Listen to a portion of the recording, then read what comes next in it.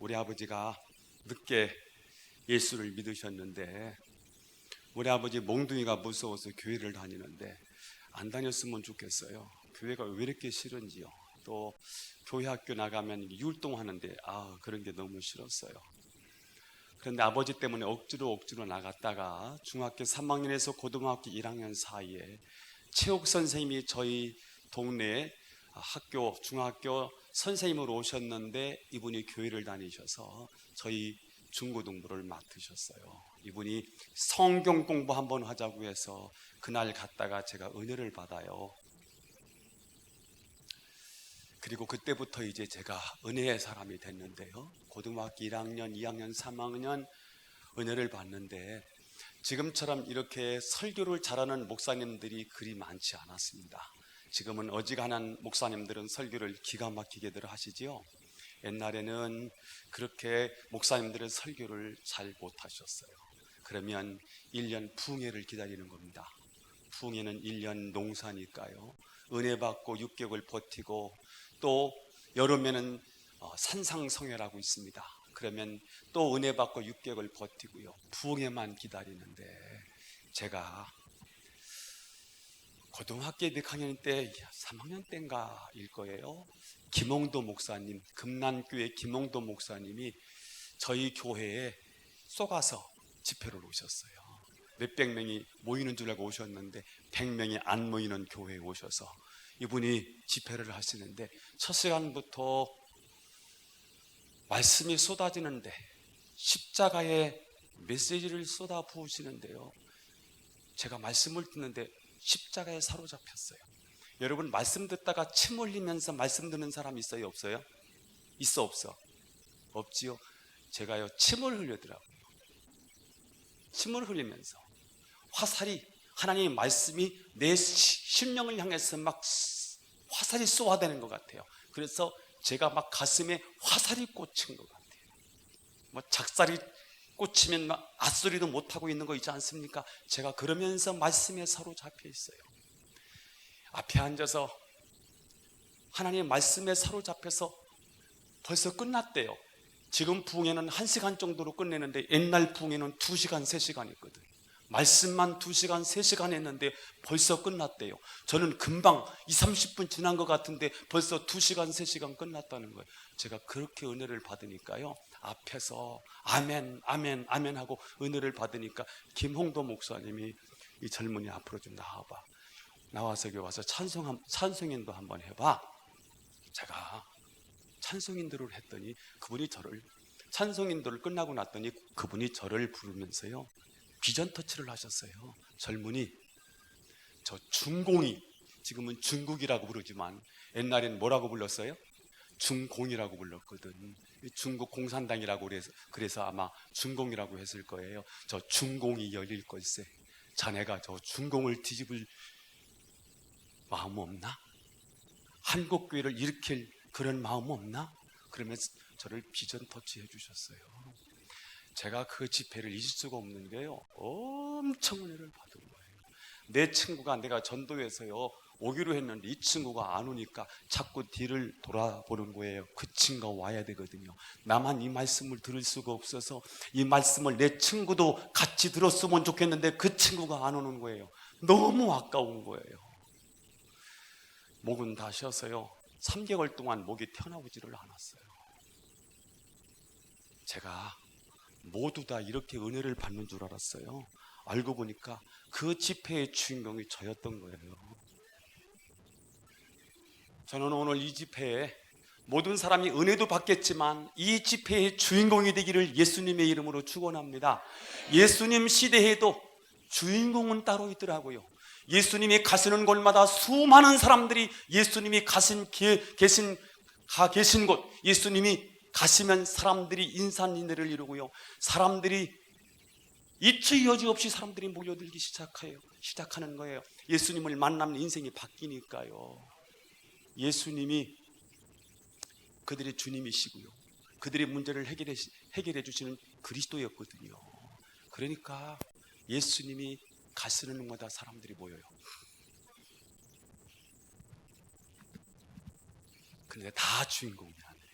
다 주인공이 아니에요.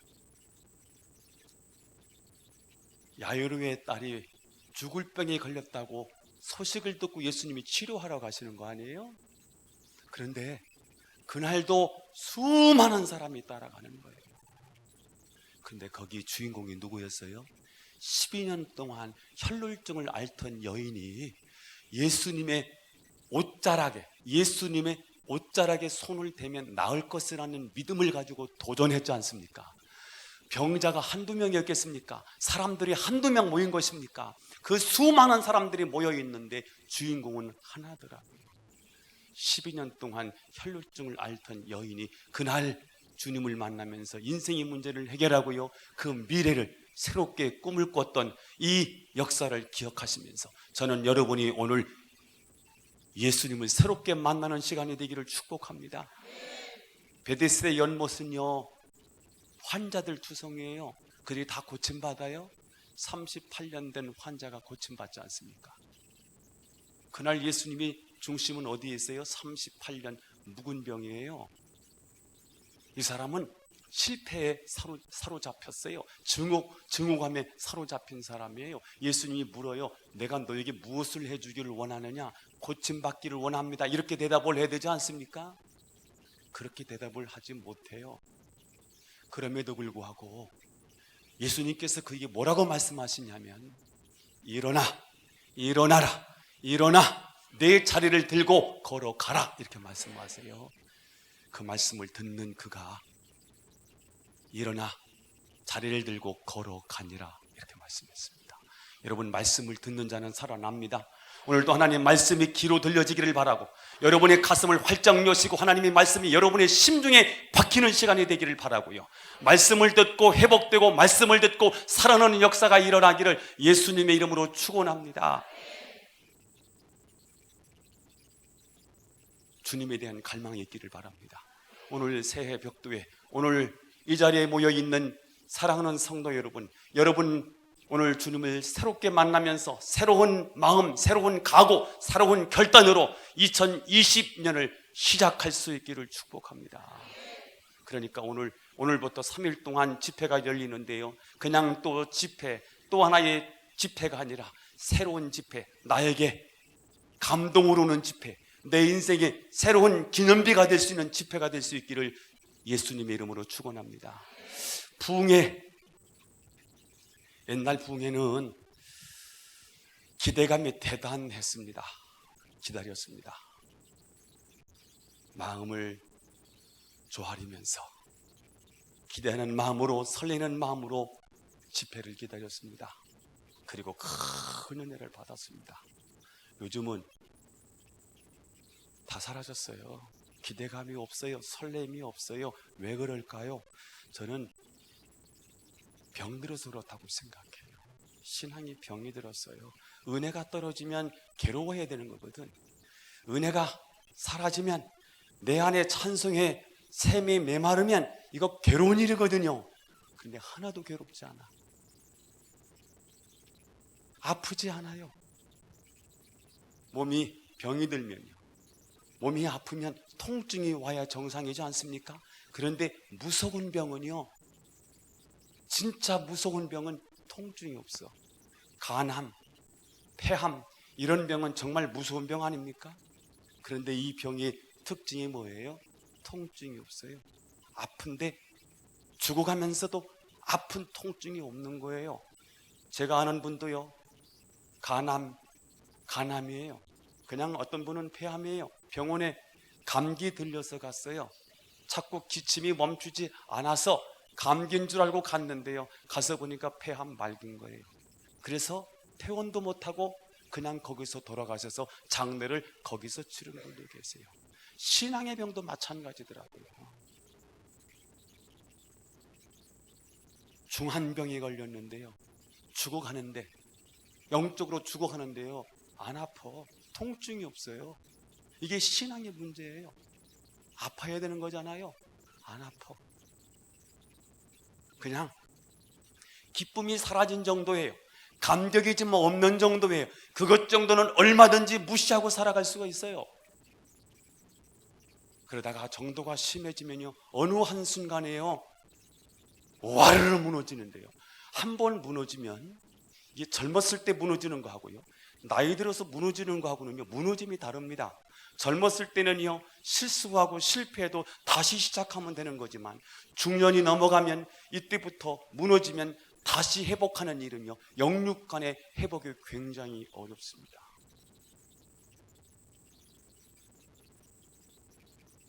저는 여러분이 영적으로 병든 사람이 있다면 오늘 회복되기를 축복합니다. 문제는 세상 것으로 가득해서 헛배가 부른 것인데 이것을 영적인 배부름으로 착각하고 있다는 안타까운 사실입니다. 목사님, 돈 잘 버는데 왜 그러십니까? 목사님, 우리 남편 승진 잘하고 애들 좋은 대학 갔는데 왜 그러십니까? 이게 영적 부유로 착각한다니까요. 그래서 진정 우리의 심령은, 우리의 마음은 누구로만 채워져야 진정한 행복감이 있는 거냐? 하나님으로 채워져야 우리의 심령은 메꿔지는 줄 믿습니다.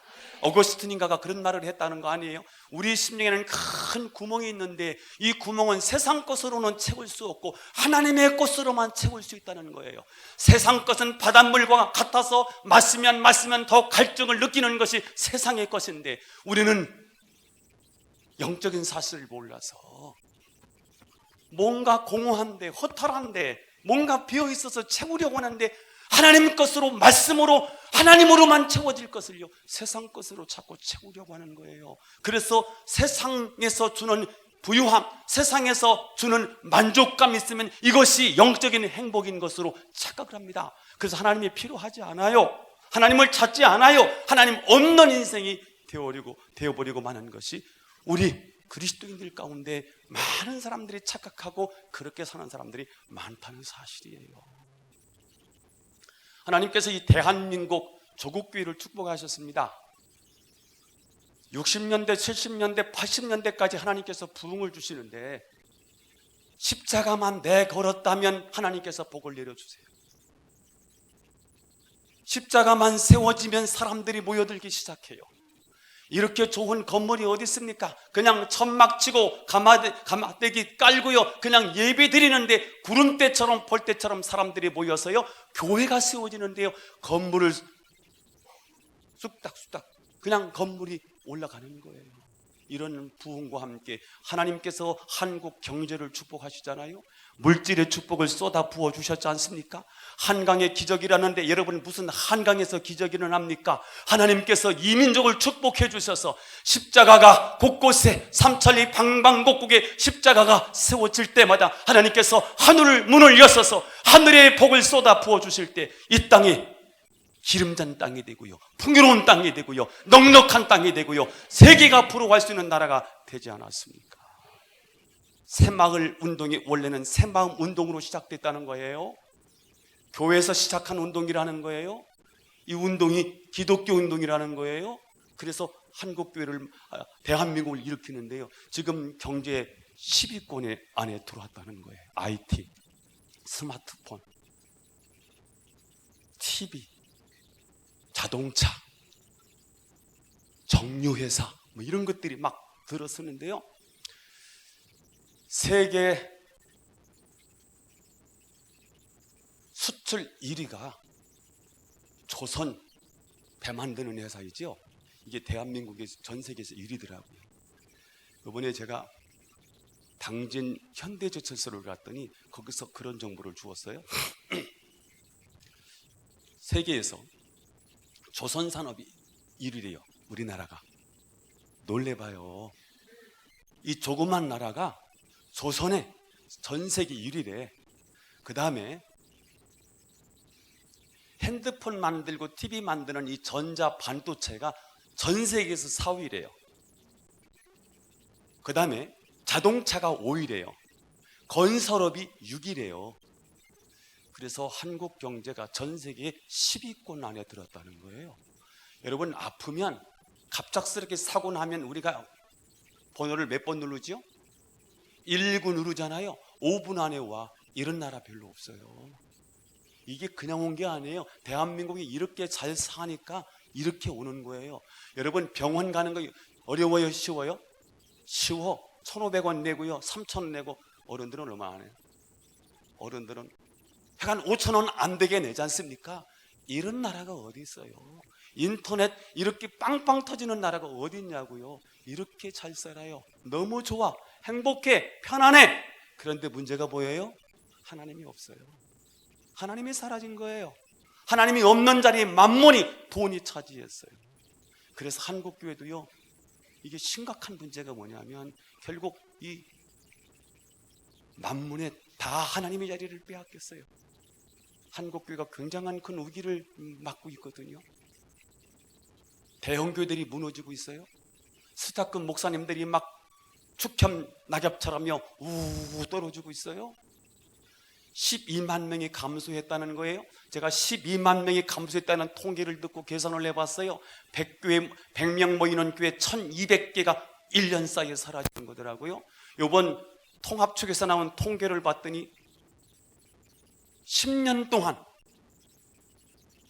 동안 중고등부가 45%가 감소하고요, 아동부, 유아, 유치부, 아동부 이게 35%에서 40%가 감소했어요. 이번에 남부현에 부흥단에서 청소년 집회를 한번 해야 되겠다고 해서 작년에 청소년 집회를 하는데 남부현에 600교회를 제가 전화를 다했어요. 한번 우리 젊은 청소년들 한번 모여보자 해서 교회들마다 제가 담임 목사님들하고 다 전화를 했어요. 320명이 모였는데요, 굉장히 어려운 일이었습니다. 그때 제가 확인한 게 뭐냐면 70~80%가 교회 학교가 없었습니다. 도시교회도 말할 필요가 없었어요. 이게 현실이더라고요. 그래서 통계를 보니까 지금 중고등학생이 대한민국에 200만 명인데 200만 가운데 교회 나오는 아이들이 7만 6천 명, 3.8%가 예수를 믿더라고요. 한국 교회를 어떻게 진단하면 좋을까요? 중증 말기 환자가 아닐까. 오늘 여러분과 함께 나눌 메시지는 오늘 열왕기상 17장 말씀인데요, 아합이 통치하는 시대예요. 이스라엘 백성들도 지금 중병에 걸렸는데 죽어가는데 통증을 느끼지 못하고 있는 상황입니다. 한국교회적 상황과 오늘 열왕기상 17장의 상황이 너무 비슷해서 오늘 본문 17장을 가지고 여러분과 함께 말씀을 나누려고 하는 거거든요. 이스라엘 백성들이 하나님이 아닌 바알이 비를 내려준다고 생각하고 있어요. 이스라엘 백성들이 하나님 잘 섬기려고 가나안 땅에 들어갔던 이스라엘 백성들이 하나님을 섬기에 마땅한 이스라엘 백성들이 하나님이 아닌 바알이 농사의 축복을 준다고 생각했어요. 광야를 통과한 이스라엘 백성들이 가나안 땅에 도착을 해보니까 하나님을 섬기지 않는 가나안 원주민들이 왜 이렇게 잘 사는 거예요? 자기들은 광야에서 농사를 지어본 적도 없고요, 하늘에서 만나 또 메추라기를 내려주시면 그것에 만족하면서 하루 연명하면서 하루하루 일용할 양식에 만족하면서 살아왔는데 가나안 땅에 도착하니까 하나님을 알지 못하는 사람들이 농업기술이 발달되어 있어서요, 뿌리고 가꾸고 심고 가꾸어서 수술을 해서 창고에 저장해놓고 여유를 즐기고 있는 거예요. 여가 활동을 하고 있는 거예요. 오늘날 우리로 말하면은요, 옛날에 보릿고개가 있었고요, 간신히 노동해서 하루하루 먹고 살던 시절이 있었는데 하나님이 축복해 주시니까 가나안에 들어가서 먹고 살만하니까요, 이제 가나안 땅에 들어가서 하나님 모르는 사람들이 너무너무 잘 살아. 농사를 짓고 창고에 잉여물을 저장해 놓고요, 여가 활동을 해. 요즘 말로 말하면 스포츠 즐기고요, 산으로 들로 놀러 가고요, 오페라 구경하러 가고요, 영화 보러 가고요. 이런 일들이 벌어지는 거예요. 이게 누가 준 축복이냐? 바알이 줬다고 믿는 거예요. 삼성이 했다고 생각하는 거예요. LG가 제품을 잘 만들어서 많이 팔아서 대한민국이 이렇게 잘 산다고 생각하는 거예요. 그래서 광야에서는 하나님께서 이스라엘 백성들을 인도해 주신 것이 맞지만 가나안 땅에 들어가서는 하나님보다 바알이 더 능력 있다고 생각했습니다. 그래서 하나님이 아닌 바알을 섬기기 시작했어요. 그래서 도처에 우상들이 세워지는데, 그러면 그럴수록 여러분, 귀신 섬기는 거 아닙니까? 도적을 섬기는 거 아닙니까? 도적을 섬기는 것, 도적질하고 죽이고 멸망시키는 것뿐이니까. 도적이 오는 것은 죽이고 멸망시키는 거니까. 그래서 우상 숭배에 빠지면 나타나는 현상이 뭔지 아십니까? 도덕적인 부패입니다. 영적인 타락입니다. 그래서 이 어두워진 이스라엘 백성들이요, 영적으로 암흑기가 찾아왔어요. 하나님이 이 꼴을, 이 상황을 하나님이 묵과해둘 수가 없어요. 그래서 임박한 하나님의 심판이 대기하고 있는 거예요. 풍전도마가 같은 거예요. 이제는 끝인 거예요. 그런데 여러분, 역사적으로 보면 정말 어두운 때, 힘들 때, 이제는 끝이라고 생각했을 때, 그때 하나님께서는 그 어두움을 밝힐 수 있는 영적인 리더들을 하나님이 세우시는 줄 믿습니다. 오늘 본문에 돌연 예고도 없이 한 사람이 등장해요. 본문 한번 봐볼래요? 첫 눌러보세요. 자, 시작.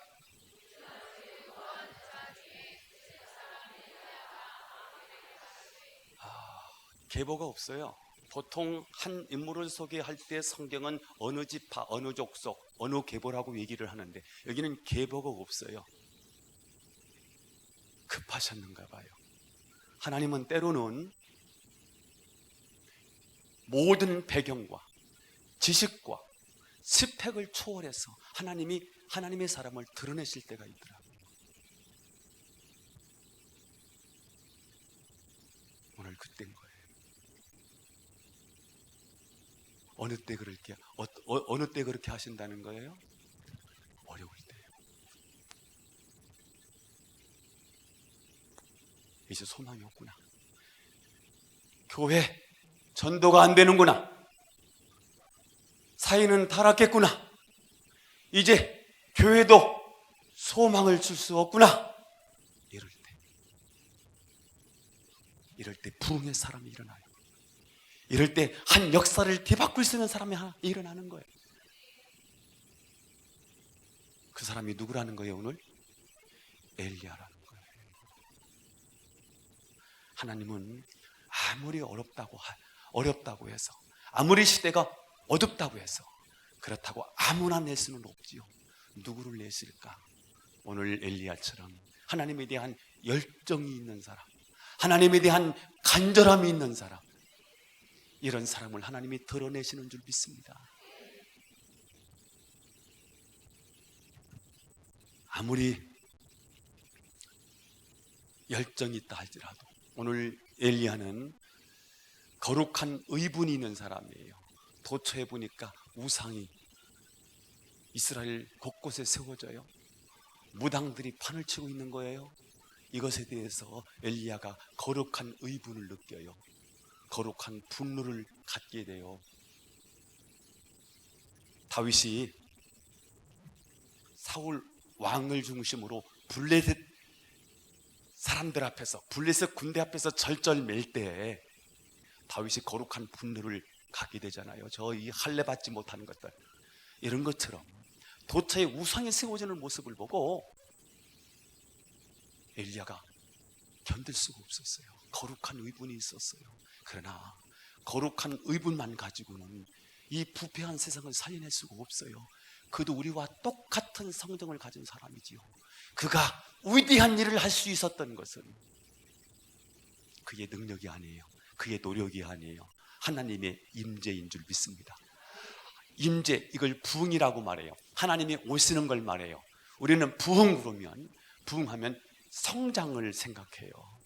교회가 조금 늘어났다고 생각하는 것을 부흥이라고 말해요. 그러나 성경적으로 부흥이라는 단어는요, 하나님의 거룩한 영이 우리 속에 들어와서 우리를 바꾸는 능력이에요.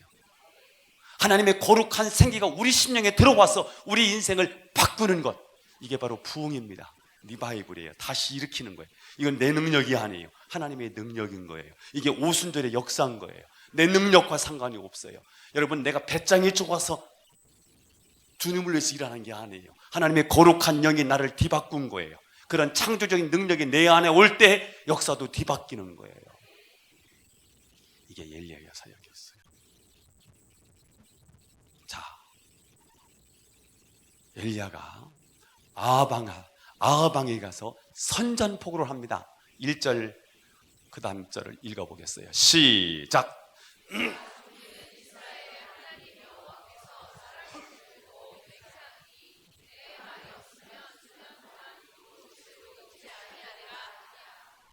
내 말이 없으면 수년 동안 비도 이슬도 있지 아니하리라. 이것은 우상 숭배에 대한 심판의 메시지이면서 비를 주관하신 분이 누구인지를 알리겠다는 거예요. 자, 이 심판의 메시지를 선포했을 때 엘리야가 엄중한 경고의 메시지를 아합왕에게 선포했을 때 아합이 회개하면 얼마나 좋겠어요. 회개하지 않고 오히려 엘리야를 죽이려고 해요. 그래서 엘리야가 피난 생활이 시작됩니다. 엘리야 편에서 보면 피난 생활입니다. 그러나 하나님 쪽에서 보니까 이것은 그를 하나님이 역사의 무대에 세우기 위한 하나님의 훈련 과정이 시작된 거예요. 오늘 본문은 하나님께서 엘리야를 훈련시키는 장면인데 무슨 훈련을 시키는가? 무슨 훈련이죠? 오늘 제목에 나왔을 텐데 순종 훈련을 시키는 거예요. 이게 사역의 첫 번째 단계이더라고요. 일꾼이요? 아무나 못해요. 사역 아무나 할 수 있는 게 아니에요. 첫 번째 단계요. ABCD라면 A입니다. 이게 순종 훈련입니다. 제가 제주에서 목회를 했는데 붕해를 끝나고 났더니 어느 권사님 한 분이 여자 권사님인데 금식 기도를 하겠다는 거예요. 며칠 할 건데요, 40일을 하겠대요. 제가 저러다 죽는데, 그래서 이분이 40일 금식 기도가 시작됐어요. 한 일주일만 하도록 해야지 가서 보니까 쌩쌩한 거예요. 그리고는 20일 정도 가서 제가 21일만 하도록 해야 되겠다 그랬는데 쌩쌩한 거예요.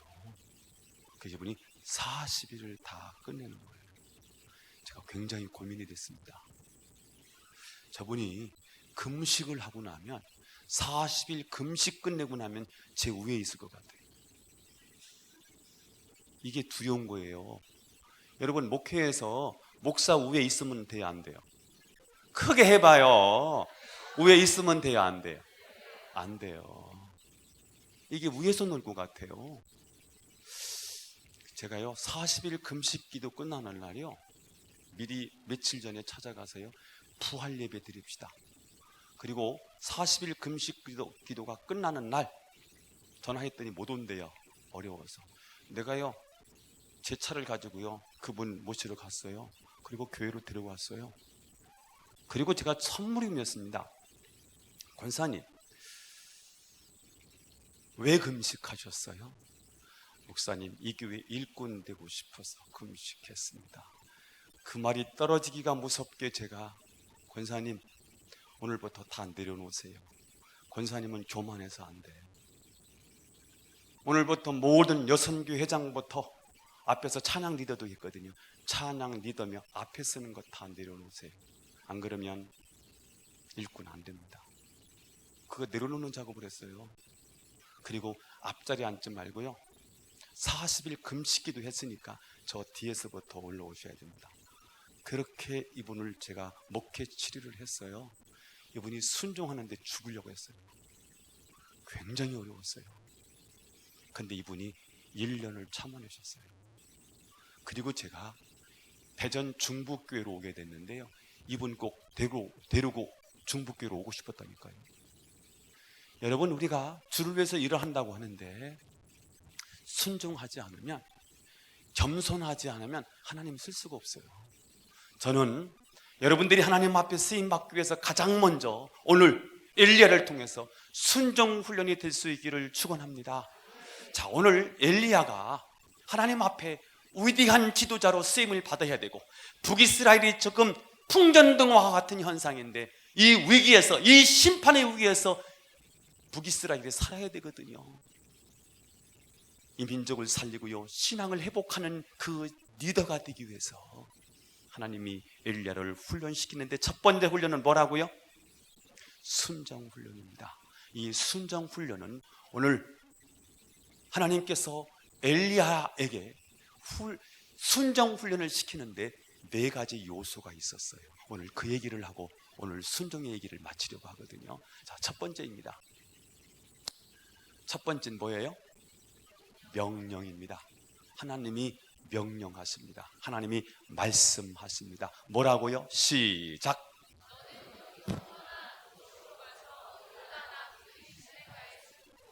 뭐 하라는 거예요? 스물에, 그리시네가에 가서 스물에요. 말씀드린 것처럼 엘리야는 영적인 의분을 가지고 있는 사람이에요. 하나님이 아닌 것이 일어나는 것에 대해서 견딜 수 없는 거룩한 분노를 가지고 있는 사람이거든요. 영적 의분을 가진 자가 아합에게 가서 심판의 메시지를 선포하는 것이 좋을까? 아니면 그리시네가에 가서 숨는 게 좋을까요? 아합 최고의 통치권자에 가서 심판의 경고를 선언하는 것은 대단히 위험한 일이겠지만, 그러나 속은 굉장히 시원했을 거예요. 제가 축구를 잘하는 목사거든요. 박재식 권사님, 우리 아버지 대표 선수인 거 아시죠? 크게 좀 대답 좀 해봐요. 지금 그죠? 제가요 뜀박질을 굉장히 잘합니다. 제가 고등학교 3학년 때 운동선수가 아니 우리 아버지가 대표 선수야. 나는 우리 아버지의 DNA를 물려받아서 고등학교 3학년 때 11조 8이 나왔어요. 놀래봐요. 11조 8이 있어? 11조 8이 있어요? 대표 선수도 축구 선수 가운데 11조 8이 쉽지 않다니까요. 그런데 저는 11조 8이 나왔다니까요. 놀래 좀 줘봐요. 그래서 축구는요 그냥 잘하는 거예요. 우리 학교에서 최고 잘했어요. 나 공부도 잘했어요. 우리 동네에서 1등이야. 우리 동네에서 8명이, 초등학교 제가 4학년 때 우리 동네가 8명인데 8명 가운데 내가 1등이야. 평균이 몇인지 알아요? 57. 그러면 다른 친구들은 우리 동네 그렇게 공부를 못했어. 물론 100점짜리도 있고 90점짜리도 많았습니다.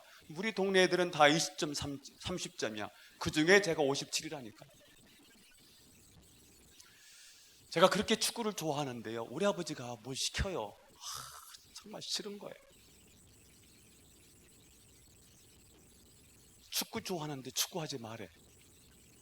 그렇게 어려울 수가 없어. 오늘 엘리야는요 거룩한 분노를 가진 사람이에요. 영적인 의분을 가지고 있는 사람이에요. 이 사람에게 외치지 말고 스물에 점수 주셔서 못 견뎠을 것 같아요. 자, 그러면 왜 하나님은 엘리야에게 그리시네가에 가서 숨으라고 말씀하셨을까? 왜 그럴까요? 여러분, 낯선 곳에 가서 하나님과의 교제가 필요할 때가 있어요. 믿습니까? 이렇게 다 아는 사람들이 있으면요, 포장도 하고 과장도 하고요, 걸치레도 하고 해야 돼요. 그러나 아무도 없는 곳에 하나님과 1대1로 하나님 면전 앞에서 1대1로 하나님과의 깊은 영적인 교제가 필요할 때가 있다니까요. 그래서 하나님은 때로는 우리로 하여금 고립시키세요. 사람 못 만나게 고립시키세요. 누구만 바라보도록? 하나님만 바라보도록. 고립기간이 있어요. 훈련을 하는데, 지금 순종훈련 시키는데요, 하나님이 그리시네가로 가래요. 사람이 없어요.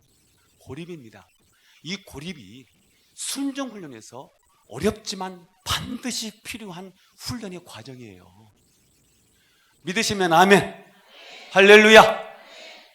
제가 29에 제대를 하고요, 30살에 1월 30일 날 제가 결혼을 했습니다. 그때 최 목사님이 오셔서 축하해 주셨어요. 혼자 말고, 이번엔 혼자 못 하셔. 같이. 그리고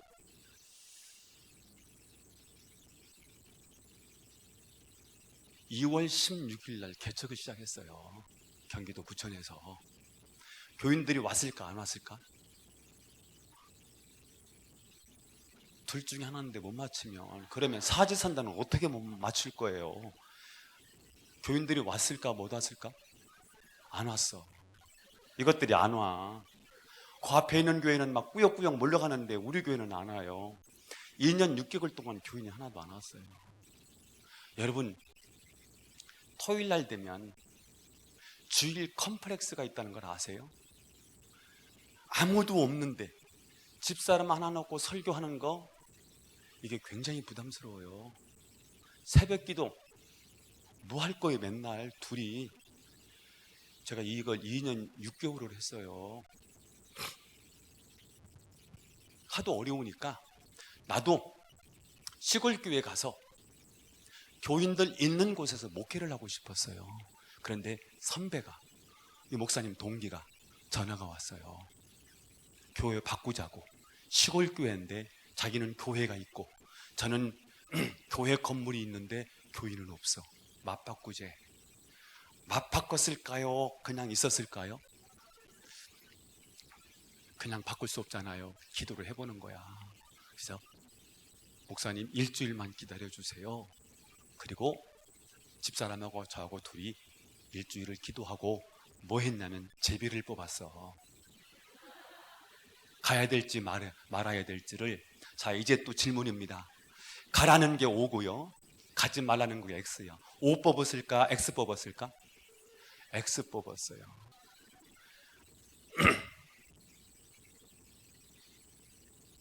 굉장히 억울했습니다. 가고 싶은데. 이 기간이 뭐 하는 기간이었느냐면요, 제가 전도를 해보니까 전도의 재주가 없더라고. 그래서 공부를 시작했어요. 뭔 공부를 했느냐? 성경 공부를 혼자 한 거예요. 자료가 없으니까. 옛날에 강해설교의 대가가 누구냐면 지구촌교회 이동원 목사님이셨어요. 그 당시 그분이 그 강해설교집이 아마 이렇게 많이 나왔어요. 그 책을 다 사서 제가 성경 교재로 바꿔놓는 작업을 했어요. 그걸 제가 2년 6개월을 한 거예요.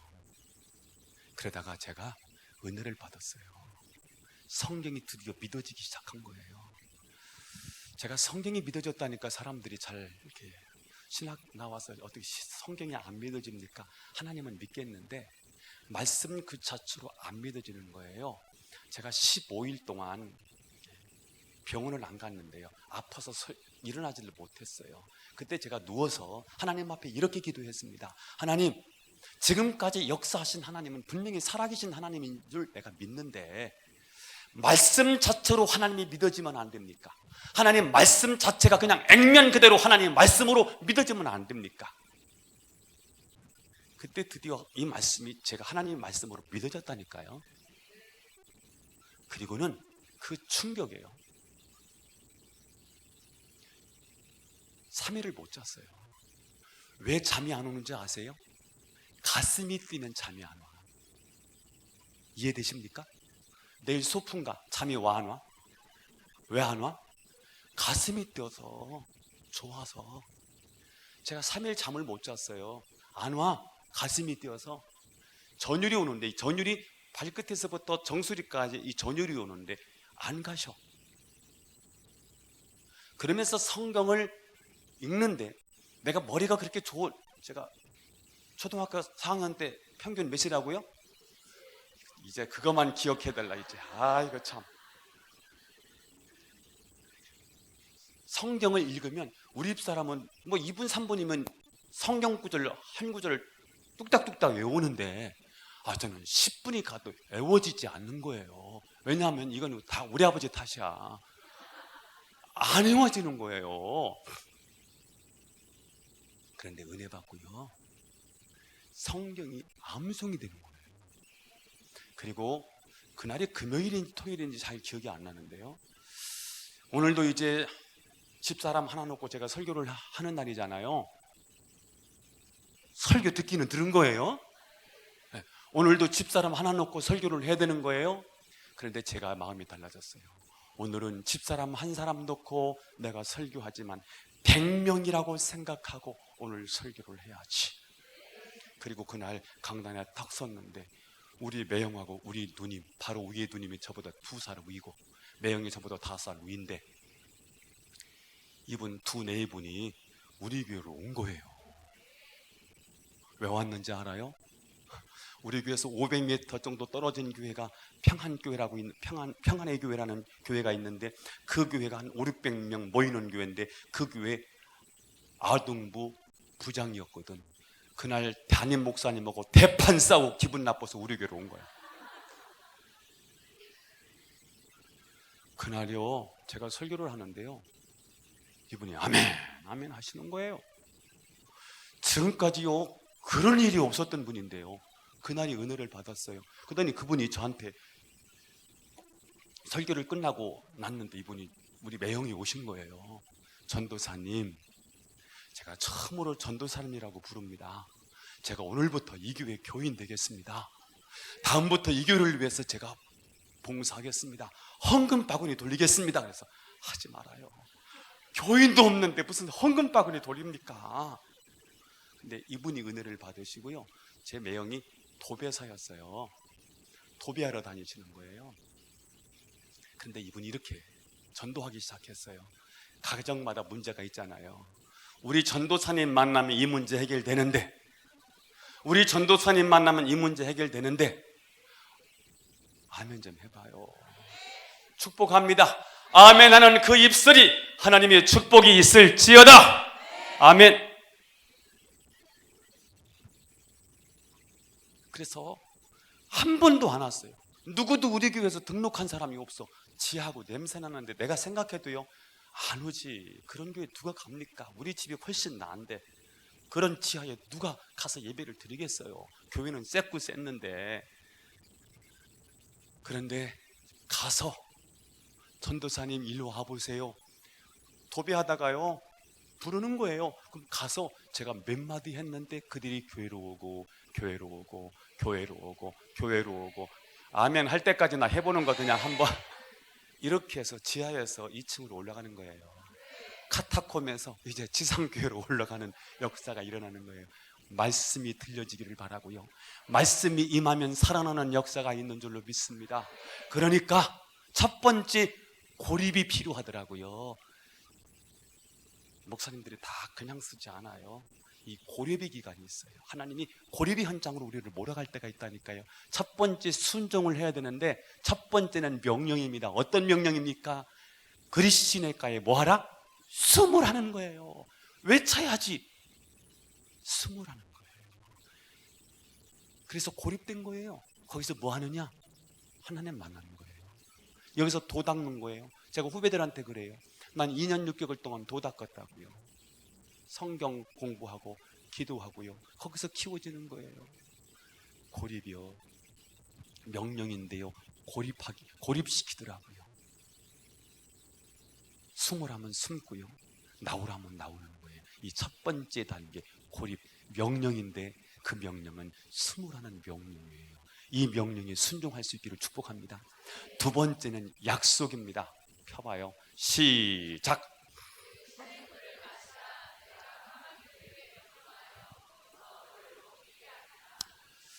약속입니다. 하나님의 말씀은 약속인데 하나님의 말씀 속에는 축복이 담겨져 있습니다. 한번 따라서 하겠습니다. 하나님의 말씀 속에는 축복이 담겨 있다. 그렇습니다. 하나님의 말씀 속에는 응답이 다 들어 있습니다.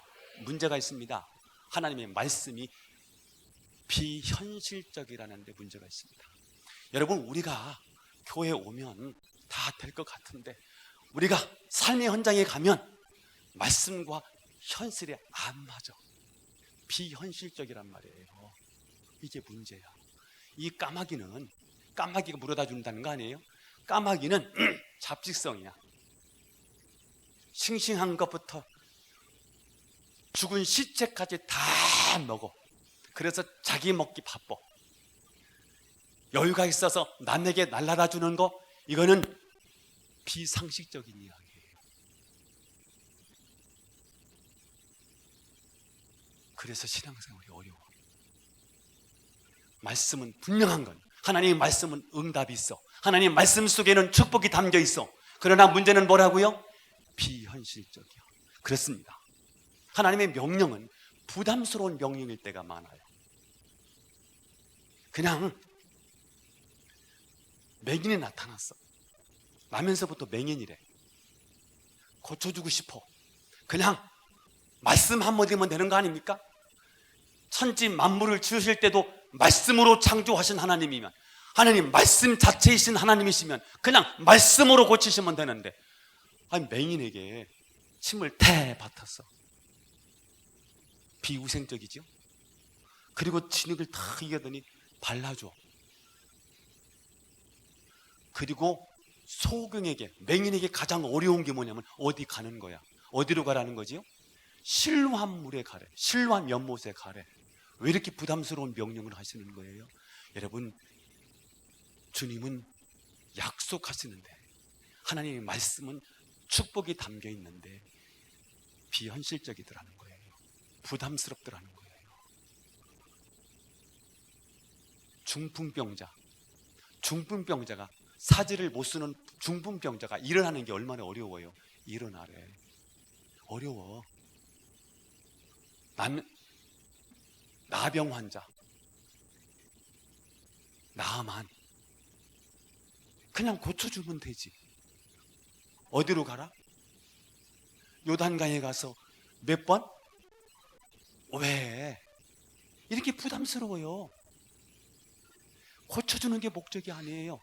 이 사람을 믿음의 사람으로 만드는 거예요. 이 사람을 순종의 사람으로 만드는 거예요. 마침내 축복의 사람으로 만드는 거예요. 하나님의 목적은 우리를 세워주는 거예요. 축복의 사람으로 만드는 거예요. 복인으로 만들어주는 거예요. 여러분, 복해서 복 받는 게 아니에요. 복을 달라고 구한다고 복을 받는 게 아니에요. 복된 자가 되는 거예요. 복인이 되는 거예요. 복된 자, 복인이 되면 복을 받게 되어 있는 거지 않습니까? 우리의 구조를 복된 자로 만드는 것, 이게 하나님이 우리를 통해서 하시겠다는 거예요. 자, 세 번째 뭐지요? 읽어봐요. 시작.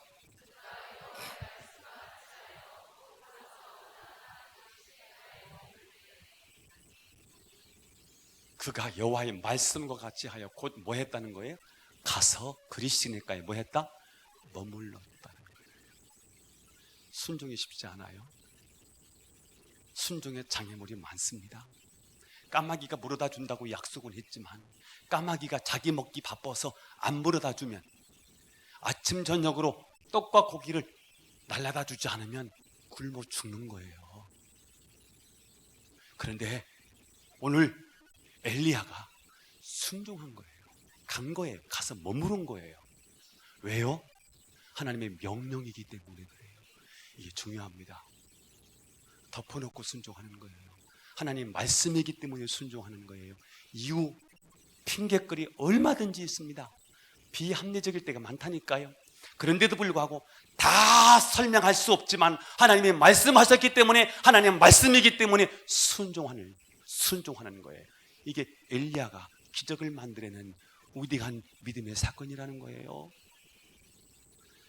왜 순종했다고요? 하나님 말씀이니까. 여러분은 성경대로 믿으시기를 바랍니다. 하나님 말씀대로 신앙생활 하십시다.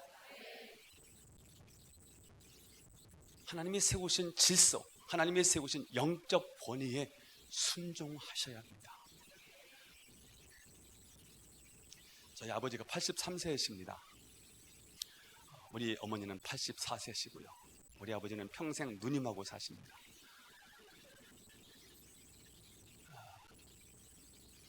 제가 모시고 있어요. 밤 11시가 됐는데 그날 토요일이었습니다.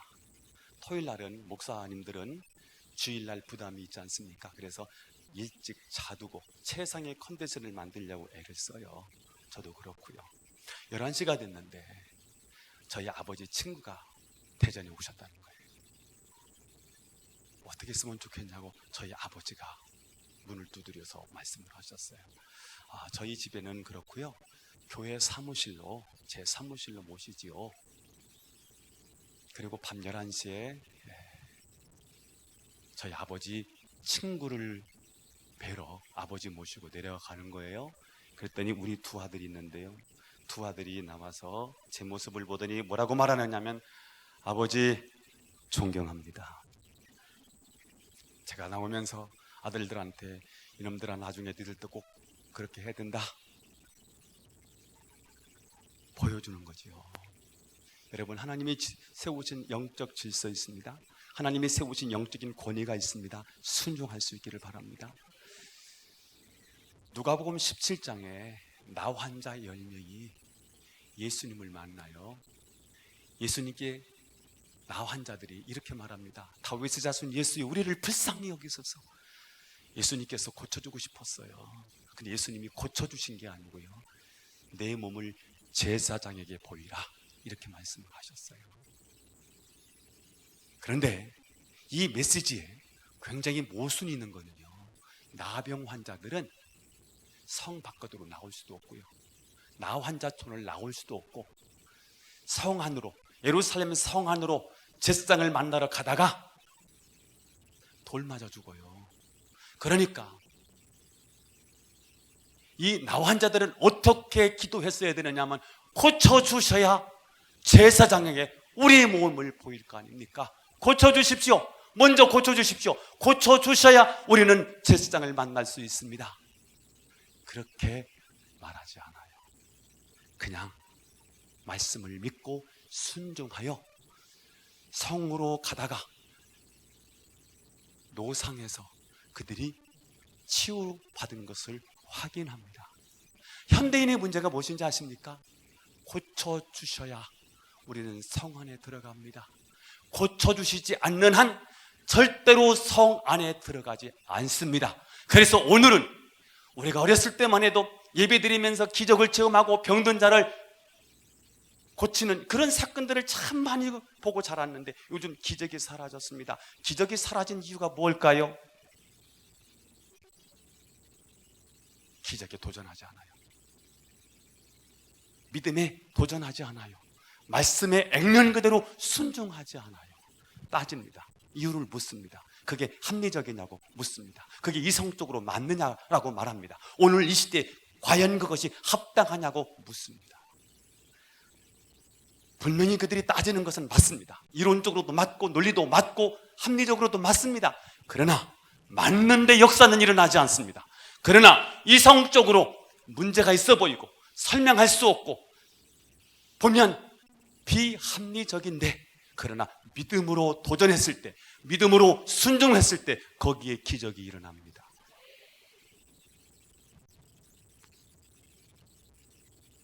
순종했을 때 나타나는 결과 보겠습니다. 시작.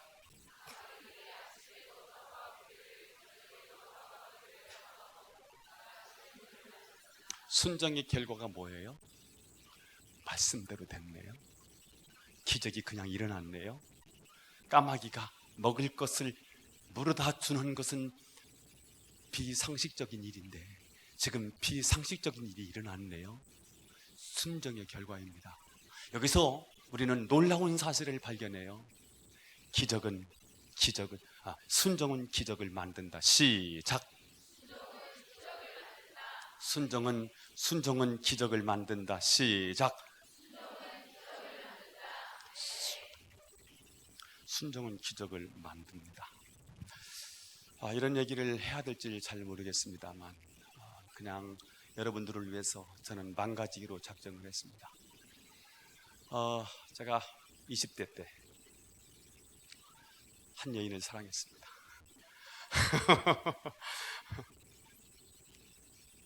어느 교회를 갔는데 이쁘고 깜찍하고 똘똘한 여자가 앉아 있었습니다. 나는 저 여자하고 살면 행복하겠다.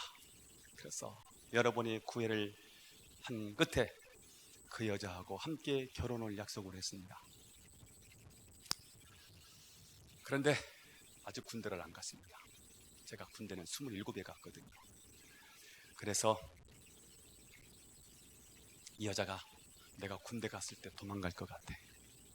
아무래도 저 여자가 내가 군대 가면 도망갈 것 같아요.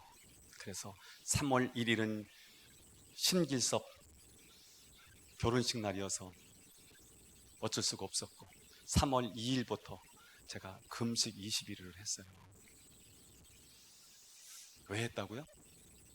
그녀가 도망갈 것 같아서. 제가 금식을 시작할 때 하나님이 저한테 제 가슴에 이렇게 질문하셨어요. 야, 그 여자보다 나를 더 사랑하니? 이렇게 물으셨어요. 요한복음 21장 아시지요? 요한의 아들 시몬아, 네가 다른 사람들보다 나를 더 사랑하느냐? 이 질문을 나에게 하나님이 다시 제 가슴에 대고 하시는 거예요. 그때 제가 뭐라고 대답을 했을까요? 하나님, 이거는 안 됩니다. 이건 노타치. 하나님 안 됩니다. 이건 안 돼요. 이건 내 마음대로 할 수 있도록 내버려 두세요. 21일 동안 금식하는 동안에 계속해서 하나님이 이 질문을 하셨어요. 그때마다 저는 안 됩니다. 이거는 하나님 제가 포기할 수가 없습니다.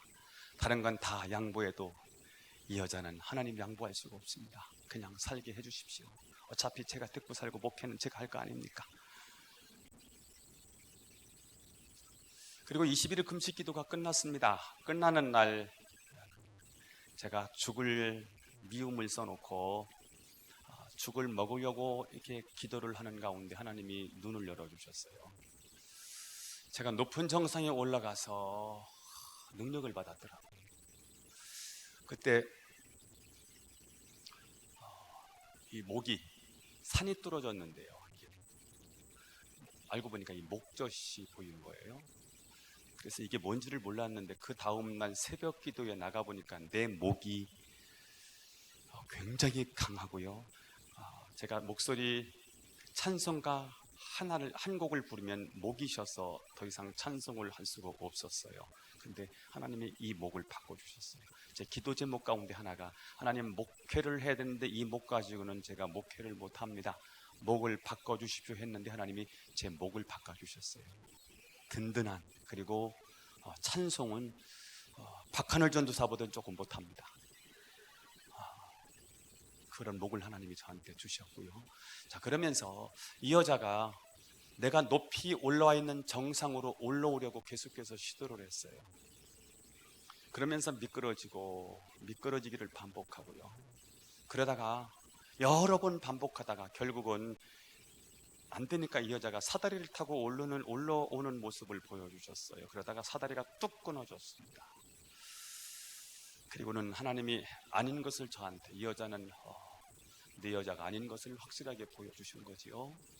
금식을 딱 끝나고 나서 제가 이제 21일 금식 기도를 하면서 이제 드디어 내가 주님을 사랑합니다라고 고백했을 때 하나님이 이렇게 말씀을 하셨던 거거든요. 그리고 금식 기도를 끝났는데 그 집에서 연락 오기를 기도원에 갔더니 사모해야 된다고 얘기를 했다는 거예요. 제가 이렇게 일을 했죠. 내가 21일 금식 기도하니까 하나님도 꼼빡 죽었구나. 하나님 내 기도를 들으셔서 저 여자를 허락하셨구나라고 생각하고 제가 군대를 갔어요. 근데 군대를 갔는데 하나님이 아니라는 거예요. 그러면서 로마서 9장 13절을 주셨어요. 그것은 말라기에 나오는 말씀과 동일한 말씀인데요. 야곱은 사랑하였고 에서는 미워하였다 함이라는 말씀이었어요. 저는 목사로서 택함을 받았고요. 그 여인은 사모로서 택함을 받지 못했다는 거였어요.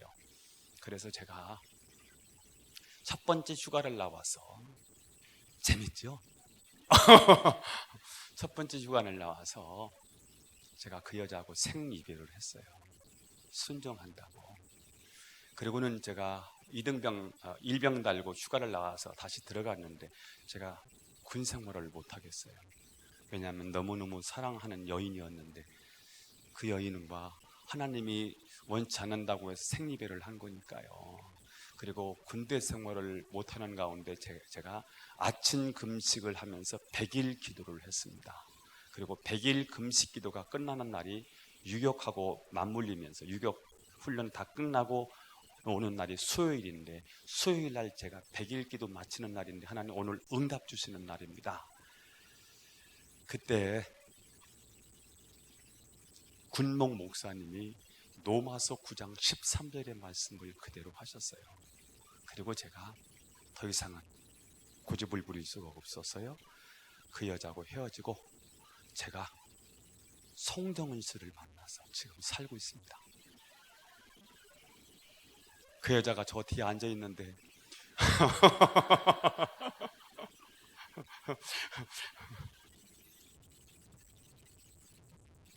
이쁘고 깜찍하고 똘똘하진 않지만 제 목회에 너무 소중한 하나님이 그녀를 허락해 주셨습니다.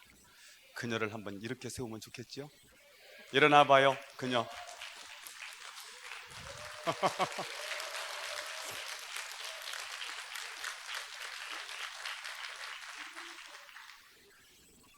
한 분이 졸린 분이 계셔서 이렇게 세웠어요. 순종은 기적을 만듭니다. 순종하면 하나님이 그 사람을 책임져 주십니다. 우리 집사람을 만난 얘기도 해볼까요? 좀 시간이 갈 텐데. 제가 군대 가서 그리고 그 여자하고 헤어지고 나서요. 군대에서 4번 선을 받습니다. 갔다 올 때마다 아닌 거예요. 물론 제가 이렇게 잘생겼으니 웃자고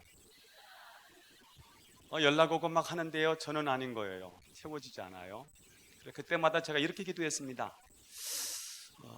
데살로니가전서 5장 16절에서 18절이에요.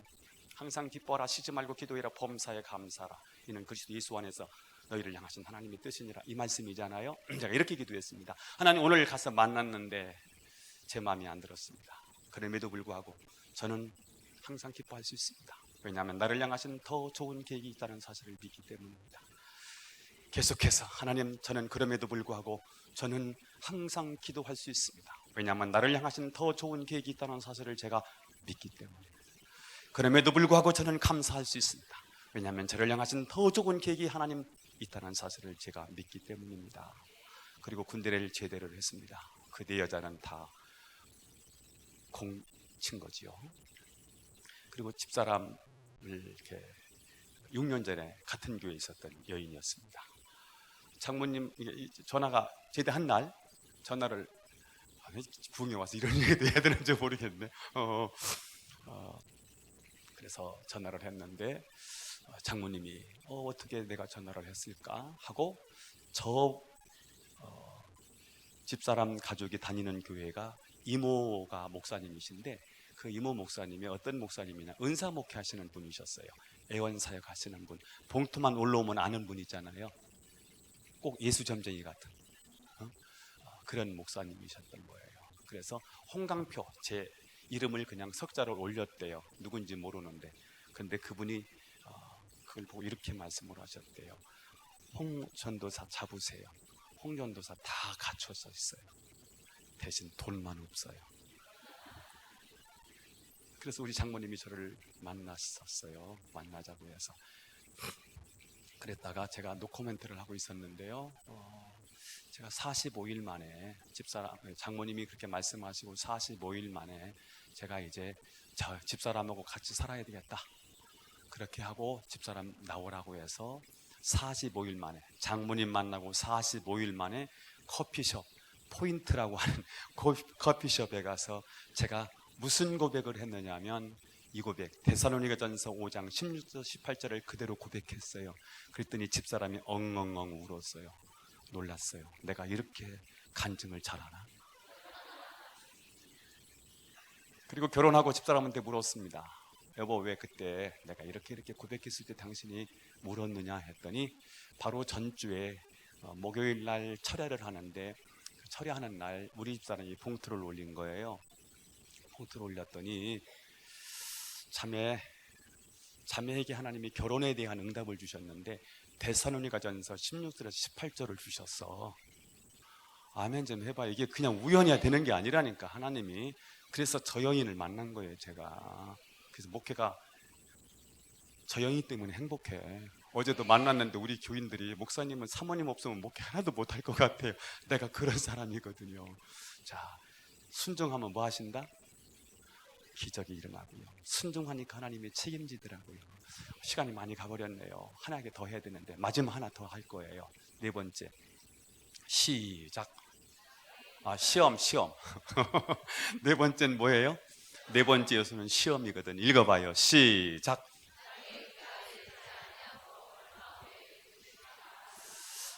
다른 곳은 다 메말라도 그리 시냇가만은 메말리지 않았으면 얼마나 좋았을까.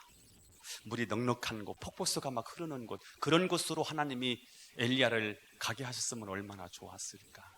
그런데 왜 하나님은 이렇게 시내가 메마르는 그리 시냇가로 인도하셨을까? 만약에 물도 넉넉한데 까마귀가 아침 저녁으로 먹일 것을 날라다 줬으면 아마 엘리야는 거기서 안주하려고 했을 거예요. 그러면 영적인 거장도 될 수 없고요, 부흥을 일으키는 부흥의 리더가 될 수 없었을 거예요. 시골에 시골집이 불이 나면 외양간에 있는 소를 바깥으로 끄집어내는 일이 그렇게 어렵다네요. 불이 나서 빨리 재산을 보호해야 되니까 주인들은 막 소를 끌어 가려고 하는데요, 이게 소가 집 밖으로 안 나가는 거예요. 그런데 이 끔찍도 않는 이 소를 집 밖으로 끌어내는 방법이 하나 있대요. 뭔지 아세요? 여물통을 엎어버리면 된대. 여물통을 엎어버리면 야, 더 이상은 이 외양간에는 소망이 없구나, 먹을 것이 없구나 하고 지가 나간다는 거예요. 여러분, 대부분의 목회자는 고난을 통과하지 않은 목사들이 없어요. 가족 중에 누구 하나가 돌아가신다든지 아니면 무슨 암병 같은 걸 걸린다든지 목회에 큰 실패를 경험한다든지 목회하는데 어떤 사람이 그렇게 오른팔 역할을 하던 그 사람이 배신을 때린다든지 아니면 꿈을 상실한다든지 다양한 아픔들이 있어요. 하나님 이것만은 안 됩니다, 하나님 이것만은 하나님 안 됩니다 하고 악착같이 붙잡는 그 여물통을 하나님이 엎으실 때가 있다니까요. 하나님이 우리의 여물통을 엎으실 때는요 굉장히 힘들고 아파요. 그런데 그 과정을 통해서요 뭘 깨닫느냐면 하나님의 사랑을 깨닫고요 다시 힘을 얻고 목회를 해요. 오늘 잠깐 목사님하고 대화하는 가운데요 어떤 친구분이 이렇게 좀 이렇게 사고로 다쳤대요. 근데 이번 사고를 통해서 목사님이 기대를 한다는 거예요. 하나님이 저 목사님을 어떻게 바꿔 가실지를 기대한다는 거예요. 그래요. 오늘 하나님께서는 엘리야의 여물통을 엎으셨어요. 하나님께서 엘리야의 여물통을 엎었을 때, 시내가 마르게 되었을 때 엘리야가 뭐 했을까? 기도했을 거예요. 하나님을 더 의지했을 거예요. 만약에 물이 넉넉해서 하나님을 망각했다면 그건 축복이 아니에요. 머리가 좋아서 하나님을 잃어버리고 산다면 그건 축복이 아니에요. 좋은 대학에 가서 하나님을 망각하고 산다고 하면 그건 축복이 아니라 저주인 거지요. 그러나 시내가 쪼들어가는, 이 메말라가는 이 괴로운 환경 때문에 하나님을 붙잡고 하나님을 바라보고 하나님을 의지할 수 있다면 그것은 감사의 이유고 감사의 조건이 되는 거지요. 이건 축복인 거지요. 이번에 김용호 씨라고 탤런트가 나와서 얘기를 하는 거 보니까 이 사람이 예수를 안 믿는데 육중암에 걸렸어요. 그래서 뭐 여기 근육을 20cm를 잘라냈다네요. 주변에서 그렇게 예수를 믿으라고 했는데 예수를 안 믿다가 요번에 육중암을 통해서 치료하는 과정을 통해서 하나님께로 왔어요. 예수 믿게 됐어요. 그러니까 이 육중암은 이 사람에게는 저주가 아니고 뭔 거예요? 축복인 거예요. 그래요. 메말라가는데요. 물이 쪼들어가고 있는데 그럼에도 불구하고 순종할 때 하나님께서는 이 엘리야를 고갈되지 않는 축복으로 인도하세요. 그건 내일 새벽에 할 거거든요.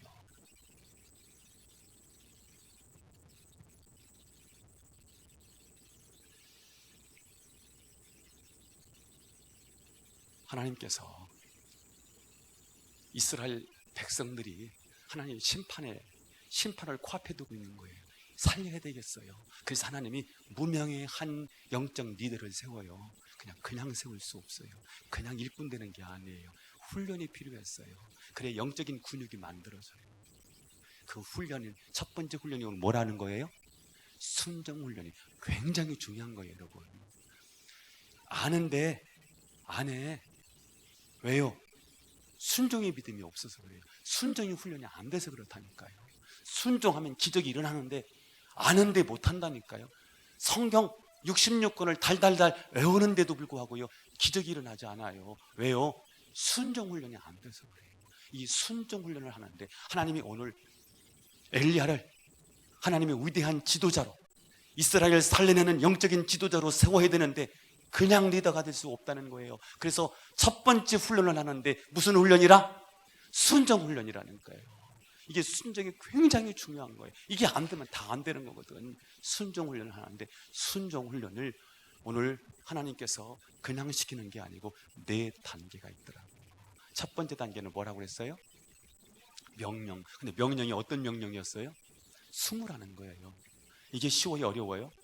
우리는 쉬울지 모르지만 영적인 의분을 가진 엘리야는 이게 어려워. 축구자로는 홍강패 보고 공 한 차례 공 차지 말해 못 견디지요. 왜 그게 필요하냐면 고립의 명령이잖아요. 고립된 곳으로 가라는 거잖아요. 왜요? 거기서 하나님 만나라는 거예요. 사람 바라보고 사람 의지하고 사람 안에서 답을 찾으려고 하지 말고 하나님과 1:1 면전에서 하나님 앞에 직면하면서 하나님에게서 답을 찾으라는 거예요. 이게 필요해요. 영적인 힘이 필요해요. 우리의 힘은 우리에게서 오지 않아요. 하나님에게서 나오는 거예요. 우리의 능력은 우리 능력이 아니에요. 하나님에게서 오는 능력인 거예요. 그래서 첫 번째 훈련을 하는데 고립이 필요해요. 그 다음에 두 번째 하나님 말씀인데요. 약속이에요. 축복이 있다니까. 하나님의 말씀은 반드시 축복이 들어가 있어요. 그런데 뭐예요? 비현실적이야. 그럼에도 불구하고 축복은 기적을 만들어. 믿습니까? 그런데 하나님이 주신 이 축복에 함몰되지 않도록, 축복에 빠져서 하나님을 망각하지 않도록 하나님은 우리에게 시내가 메마르는 이 시험을 통해서 우리 영적인 근육을 만들어내세요. 여러분, 비계덩어리요, 운동하면서 피나는 운동을 계속해서 반복하는 가운데 이 근육이 끊어지고 피가 나면서 근육이 만들어지는 거거든. 근육은 뭐예요? 그 사람의 힘이에요. 에너지예요. 노인들이 힘이 없는 이유가 뭐예요? 근육이 빠져서 그렇거든. 운동하면서 계속해서 고된 훈련을 반복하면서 근육이 만들어질 때 이 근육은 에너지를 만들어내는 거거든요. 여러분, 우리가 신앙생활 하면서 영적인 에너지가 필요해요. 영적인 근육을 만드셔야 돼요. 오늘 첫 번째 어떤 훈련? 순종 훈련. 이 훈련이 안 되면 하나님이 하나님의 사람으로 쓸 수가 없어요. 그래서 이 훈련이 필요하거든요. 자, 찬양할 거예요. 나오시고요. 저만 해요? 네. 찬양 한번. 내가 뭐 부탁했던 찬양이 있을 텐데 그거 부르고 우리 함께 기도하도록 하겠습니다.